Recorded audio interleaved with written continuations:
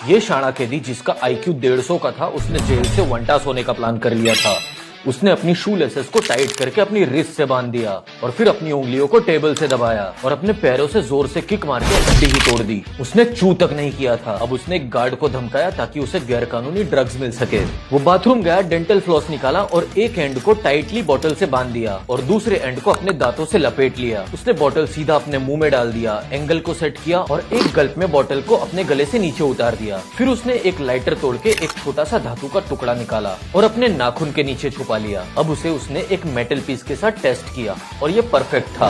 ये dangerous criminal पहले भी 2 बार जेल तोड़ के भाग चुका था और 2 FBI एजेंट को मार चुका था, इसलिए इस बार वो उम्र कैद की सजा भुगत रहा था। वो सालों से जेल से भागने का मौका प्लान कर रहा था और जेल के अंदर ही अपनी बॉडी बना रहा था। प्रॉपर जिम इक्विपमेंट नहीं थे तो कपड़ों को पानी की बैग्स के अराउंड बांधकर वजन बनाता था और जिम मारता था। जेल का वार्डन उसके पास आता है और बताता है कि उसके बेटे को ब्लड कैंसर है और सिर्फ उस कैदी का ही बोन मैरो उससे मैच करता है। कैदी समझ गया कि यही वो मोमेंट था जिसका उसे सालों से इंतजार था। जल्द ही उसकी हॉस्पिटल में ट्रांसफर की तैयारियां शुरू हुई। 4 मिलिट्री वाले उसे गार्ड कर रहे थे और एस्केप रोकने के लिए हेलीकॉप्टर भी डिप्लॉय किया गया था। गाड़ी में से वो एकदम सुकून से बाहर देख रहा था। हॉस्पिटल के एंट्रेंस के ऊपर ही 2 खतरनाक पुलिस डॉग्स भी खड़े थे। कैदी को व्हील चेयर में बाहर लाया गया। डॉग्स उसे सूंघना चाहते थे लेकिन ये खतरनाक कैदी उन्हें भी डरा देता है। अंदर जाते ही वो वार्डन से मिला। वार्डन अपने बेटे के लिए इतना परेशान था कि वो कैदी की बदली हुई आवाज को नोटिस ही नहीं कर पाया। अब उसे हथकड़ी पहनाकर ही ऑपरेशन टेबल के ऊपर बिठाया गया।